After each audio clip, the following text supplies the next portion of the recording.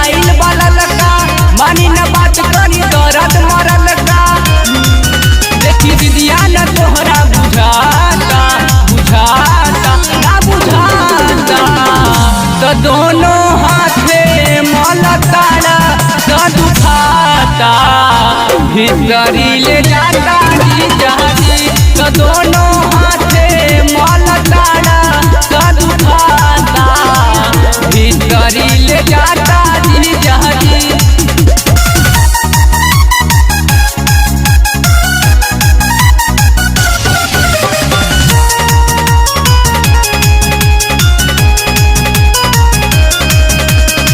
Music by Aman Rao. लेके मोट पिचकारी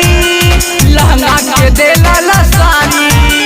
पानी कुआं तब मल्ला नदीजा डाल देला धके अकवारी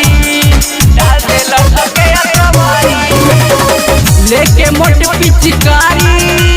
लहंगा के देला लसारी पानी कुआं तब मल्ला नदीजा डाल देला धके अकवारी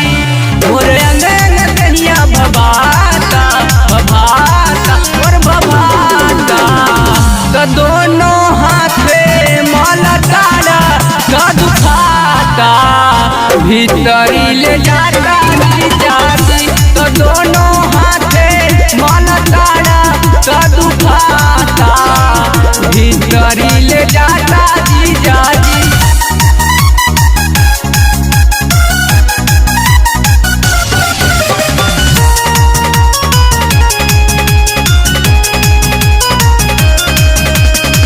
Music by Aman Rao. उठे के मन नहीं करे भीजल बचीज करे करे ढाई राशि के पछतत बानी होली में दीदिया के घरे होली में दीदिया के घरे उठे के मन नहीं करे भीजल बचीज करे करे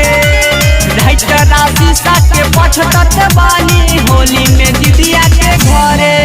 राहुल प्रेमी के मन गड़बड़ाता गड़बड़ाता गड़बड़ाता तो दोनों हाथे मलताड़ा तो दुखाता भीतरी ले जाता जहाजी तो दोनों हाथे मलताड़ा तो दुखाता भीतरी ले जाता।